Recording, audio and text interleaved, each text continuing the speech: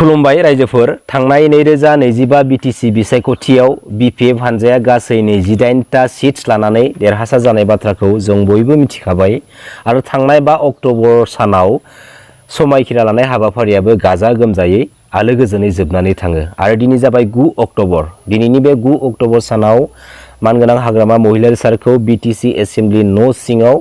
मोनसे फट' लानाय जों नुनो मोनदों गिबि खेबनि थाखाय बे फट'खौ जों नुनो मोननाय जादों मानगोनां रायजो राजा नोंथांमोनाबो एसे नटिस खालामनानै नाय जों सोरखौबा दुसिलायबाय थास्लायस्लाय सोरखौबा बदनाम होबाय थास्लायस्लाय सोरखौबा सोंखारिबाय थास्लायस्लाय जों गावबा गावनो मोनसे स्टेन्डार्ड सेन्सआव जोङो सोलायनो रोंनांगौ मिथिबायना बे पलिटिकल प्लेटफर्मा सोरखौबा दुसिनानै सोरखौबा सोंखारिनानै गावबा गावनि पलिटिकल पार्टिनि पलिटिकल स्टेन्डार्डखौ हाय मोनसे स्टेन्डार्डआव लांनो हायाथ' सोरखौबा दुसियोबा सोरखौबा रायखुमायोबा सोरखौबा माने ब्लेम खालामना जायोबा बे नोंनि पलिटिकल पार्टिनि पलिटिकल स्टेन्डार्डआसो गाहाय थाखोआव फैयो जायनि थाखाय बिनि माखासे गेदेर गेदेर फिथाइखौ सोर बायदिया पार्टिनि माखासे लिडारफ्रा मोनदों बेखौ मानगोनां रायजो राजा नोंथांमोना गावबा गावनि मेगनजोंनो नुखाबाय नङा होमबा बेखायनो मोनसे स्टेन्डार्ड प्लेटफर्मखौ जेब्लाबो स्टेन्डार्डै लाखिलांनो नाजानांगौ आरो बेफोरबायदि माखासे थासारिखौ स्पेशली जाखिनि गोख्रों पलिटिकल लिडार्सफोर दङ एसे नोजोरथि होनानै नोजोर होलाङोबाथाय मोजां जागोन लोगोसे बे भिडिअनि गेजेरजोंनो थांनाय 2027 जानुवारि BTR एग्रिमेन्टनि उनावहाय जों बर' माहारिनि बिफा मानाव गेदेर सिबिनां बड'फा उपेन्द्रनाथ ब्रह्मनि मुं लानानै मुसुखाखौ लानानै गोबां रोखोमनि जाथावथारै मुं सुनाय मुसुखाखौ मानहानि खालामनाय माखासे नुथायफोरखौ जों नुनो मोनदों आरो बैफोर माखासे जालांनाय दुखुनि सहायथावनो हायै जाथायफोरनि एगेन्स्टआवबो माहारियारि आफादफोरनि बै गोख्रों बिबानगिरिफोरा राइट टाइम राइट प्लेसआव गसंथानानै गोख्रोङै प्रटेस्ट खालामनाय गोख्रोङै बाथ्रा बुंनानै सोंखारिनाय बेफोरनि माखासे नुथायखौ जों नुनो मोनदिया मानो नुनो मोनदिया मिथिगौना जेराव माहारियारि आफादनि बै माखासे गोख्रों बिबानगिरिफ्रा सोरबा पलिटिकल लिडारनि सामसागिरि दाहोना रलाव थानानै खामानि मावनानै होगासिनो दङ आरो मायबा मोनसे पलिटिकल पार्टिनि येसमेन जानानै बिसोरनि खिखौ ललिपप बायदि सुब्लुबाय थानानै बिसोरनि खामानि मावनायनि थाखाय बिसोरजों माने पलिटिकल पेकेज खाजानानै दोननायनि थाखाय माहारिनि माखासे गुबुंले जालांनाय जाथायफोरनि एगेन्स्टआवबो बिसोरो बाथ्रा बुंनो गोहो मोनदिया आरो थांनाय 2027 जानुवारि BTR एग्रिमेन्टनिफ्राय लानानै 2025 BTC बिसायख'थिनि समसिमहालागै मानाव गेदेर सिबिनां बड'फा उपेन्द्रनाथ ब्रह्मनि माखासे गोथारथिखौ खोमोरनो नाजानाय मानहानि खालामनो नाजानाय माखासे नुथायफोरखौ जों नुनो मोनो दा गिबियाव नैबे मोनसे बाथ्राखौ मानगोनां रायजो राजा नोंथांमोना निस्सय गोसोआव दङ जाय सानखालि दिल्लीयाव बड'फानि मुंजों गोदान मोनसे लामा खालामनाय जादोंमोन बा बेखेवनाय जादोंमोन आरो बेवहाय बड'फानि मोनसे मुसुखा खालामनानै मान होनाय जादोंमोन आरो जाय सानखालि बड'फानि मुंजों दिल्लीयाव गोदानै मोनसे लामा बेखेवनाय जादोंमोन बै सानखालिनो आसामिस कमिटिनि सासे आसामिस सुबुङा बर' माहारिनि बिफा मानाव गेदेर सिबिनां बड'फा उपेन्द्रनाथ ब्रह्मखौ उग्रबादिजों रुजुनानै बाथ्रा बुंदों देशद्रहि बायदिसिना गोबां रोखोमनि माने सहायथावनायनि बाथ्रा बुंनानै ससियेल मिडियायाव मोनसे कमेन्ट शेयार खालामदोंमोन बेनि सायावबो जोंनि माहारियारि आफादफोरनि बै हारि सेन्टिमेन्टेल गोनां लिडारफोरा बड'फानि आदर्शखौ मानिनानै सोलिग्रा लिडारफोरा फंसेबो बाथ्रा बुंनो हादिया मानो बेनि उनावहाय नैथियाव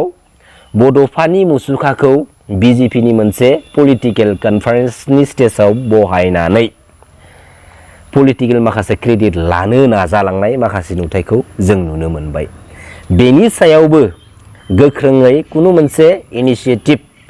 राहा लानानै बाथ्रा बुंनायखौ जों नुनो मोनदिया 2 नाम्बार थांबाय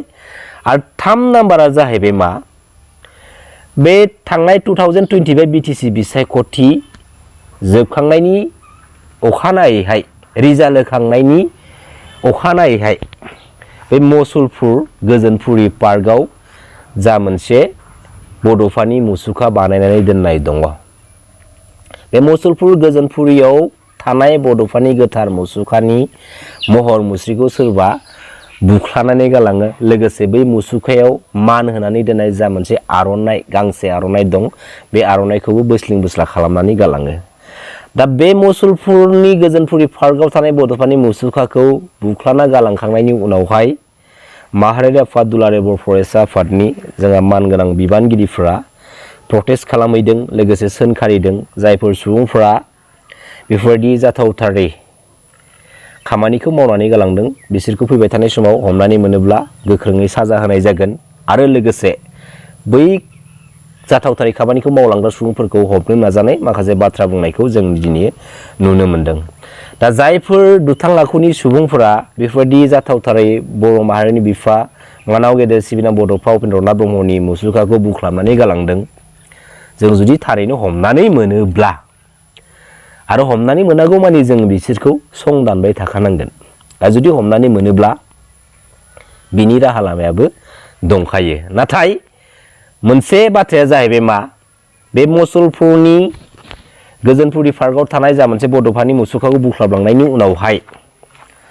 दिनैयो माहारियारि आफादनि गोख्रों बिबानगिरिफोरा सोरबा सोरखौबा गावजों गावनि गेजेराव माने दुसिलायनानै बाथ्रा बुंहरनाय जों नुनो मोनदों आरो जायखौ दुसि हरदों दुसि जाग्रा बै गेदेमाफोराबो बिनि सायाव बाथ्राजों इनकाउन्टार होफिननाय माखासे बाथ्राखौ जों दिनै नुनो मोनदों। दा बेवहाय मानगोनां रायजो राजा नोंथांमोना मोनसे बाथ्राखौ नटिस खालामगोना खालामाखै दिनै बेराफारसेथिं बे दुसि हरदों दुसि जाग्राया इनकाउन्टार होफिनदों बिसोरनि नाटकखौ जोंहा नायबाय थानांगौनि जेबो दरखार गैया। खारन बड'फानि गोथार जा आइडिय'लजि फिल'सफि बेवहाय सोरबा मानहानि खालामनो जुदि नाजायोब्ला बेवहाय जोंबो सिरि थानाय जानाय नङा आरो बड'फानि जा मोनसे गोथार जा मोनसे स्टेचु बेखौ बुख्लाबनानै गालांग्रा दायनिगिरिखौ जायखिजाया सुबुङानो हमनो नाजानायनि जोंहा मोन्थाय दङ आरो बुहुमनि साफ्रोम बर' फिसाफ्रानो बेखौ सुलु लानायनि मोन्थाय दङ। दा बे बड'फानि मुसुखा बोख्लाबना गालांनायनि माखासे जाहोनखौ लानानै गावजों गाव सोंखारिलायबाय थानायनि बियो सम नङा। बेनि आन्दोआव सोर दं सोर मा बेनि सैथोखौसो जों दिनै फल' खालामनो नाजानांगौ। दिनै बड'फानि महर मुस्रिया दिनै बुख्लाब जानानै गालांदों बे बुख्लाब जानायनि माखासे दुखुखौ लानानै जालांनाय जाथायखौ लानानै गावजों गाव फेर फाथिलायनाय नङा मिथिबाय। दिनै जोंनि बर' हारिनि गेजेराव गोबां पलिटिकेल लिडार आरो लिडारफोर जोनोम जाबाय आरो जोंनि बर' हारिनि बिखायाव जेसेबांखिनि लिडारफोर दङ ए टु जेड बै लिडारफोरनि गेजेरनिफ्राय बर' माहारिखौ गोसो गोरबोजों सिबिग्रा मान होग्रा अनसायग्रा बर' माहारिनि बिफा मानाव गेदेर सिबिनां बड'फा उपेन्द्र नाथ ब्रह्मनि गोथार आइडिय'लजि फिल'सफिखौ मान होग्रा मान बावग्रा सिबिग्रा बर' लिडार दैदेनगिरिफोरखौ जोङो नागिरना जुदि थाङोब्ला मोननो गोब्राब जायो। नाथाय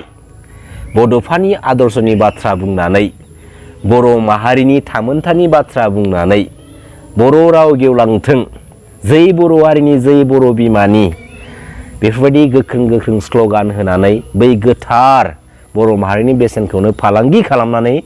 गावनि पार्सनेल बेनिफिट्स लानो नाजाग्रा बर' लिडार दैदेनगिरिफोरासो दिनै नांनायनिफ्राय बांसिननिफ्राय बांसिन जोनोम जाबाय थानायखौ जों दिनै नुनो मोनबाय। जों सोरखौ फोथायबावनो बुहुमाव जेसेबांखिनि बर' हारिनि बर' फिसाफोर दङ बे बर' माहारिखौ गेरेमसा माहारि महरै दानानै गालांनो थाखाय गासैबो बिखुङाव ओंखाम थफ्ला बायै सोमावसारबोबाय आन्दलन खालामबोबाय। बे आन्दलननि फिथाइ महरै जोङो BSc BTC BTR बायदिखौ मोनबाय आरो दिनैसिम बे BTC काउन्सिल पलिटिकेल सिस्टेमनि गेजेरजों सिगाङाव BTAD एरिया बेनि उनावहाय 2020-27 जानुवारि BTR एग्रिमेन्टनि गेजेरजों BTADनि मुंखौ सोलायनानै BTR खालामबाय। दा BTR ओनसोलनि सिङाव जेसेबांखिनि बर' गामिफोर दं बर' फिसाफोर दङ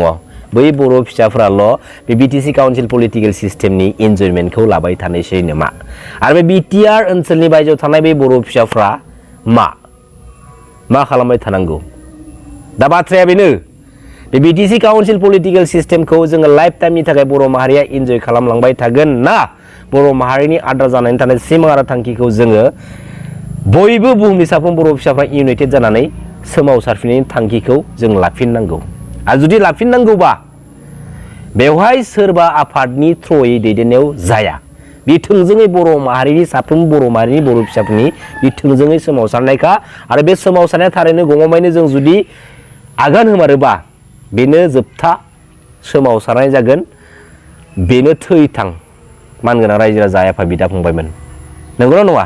गोजोन्थों खुलुमबाय जय बर' हारिनि जय बर' बिमानि